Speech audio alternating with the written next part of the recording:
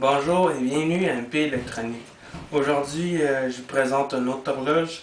Différence entre les autres horloges. Ici, on a des afficheurs 7 segments.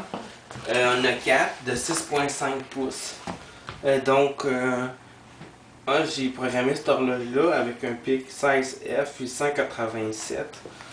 Ici, il y a un circuit intégré DS1307, c'est une horloge calendrier. Avec la pile de sauvegarde, en cas de coupure d'alimentation, l'heure revient est synchronisée avec le temps. Donc, elle avance même si que le circuit n'est pas alimenté.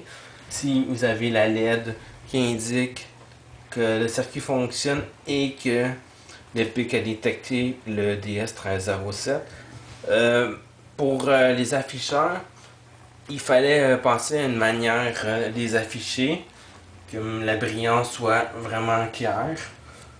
Ça n'aurait pas été avec des transistors, même des 2N2222, que j'aurais pu faire ça, parce que la brillance n'aurait pas été aussi belle. Pour ce faire, j'ai pris ici, c'est des transistors de puissance en format DIP 16, donc et DIP 16 et DIP 18. Ici, vous avez deux ULN 2003, c'est des transistors de puissance pour contrôler chaque segment de LED 7 segments. Si vous avez un ULN 2803, donc vous avez un bouton ici, un bouton changer les heures. Pour changer les heures, 20 heures. Ici, vous avez un bouton pour changer les minutes. Comme vous voyez, ici vous avez deux points. Normalement, j'aurais fixé sur mon mur. Moi, je trouve que c'est pas mal dur. C'est plus dur à fixer que programmer.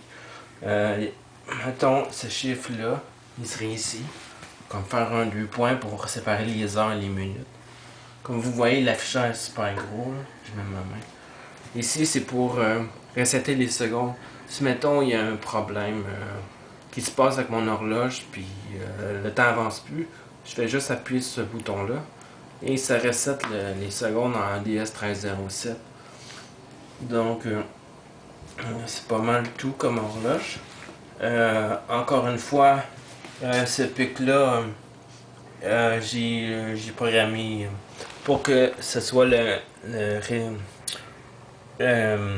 l'oscillation interne, parce que j'avais besoin des pins 13 et 14 qui est normalement, que c'est le cristal avec les deux condensateurs au ground. Donc j'ai utilisé ça parce que j'avais besoin de toutes les pins, fait qu'il y a comme 36 pins input output que j'ai utilisé, 3 en output, 3 le bouton poussoir, et le reste en output pour chaque afficheur. Ça fait que cet afficheur là, j'avais besoin de 7 segments. Donc j'ai pris un ULN 2003 ici. Si j'avais besoin de 7 segments plus le point. Donc j'ai pris un ULN 2803 qui comporte 8 entrées, 8 sorties. Donc ici j'ai besoin d'un ULN 2803 à cause du 8e. Donc je l'ai mis à l'envers. Ici, j'avais besoin de 7 segments seulement, le point n'est pas allumé. Donc j'ai pris un ULN 2003. Donc il y a 7 entrées, 7 sorties. C'est le pic envoie un vers l'entrée, vers la première pin du ULN 2003.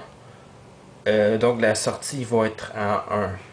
C'est comme des transistors, ce sont des transistors beaucoup plus puissants qui peuvent produire jusqu'à 500 mA par pin. Tandis que le pic peut produire 20 mA par pin seulement. 20 mA, les afficheurs ne seraient pas aussi visibles. Donc, si vous voulez le code source ou vous voulez des informations sur cette horloge géante, donc vous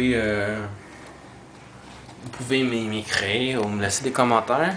En tout cas, je vous remercie de me faire confiance puis de regarder mes vidéos. Puis je vous souhaite bonne journée. Bonjour.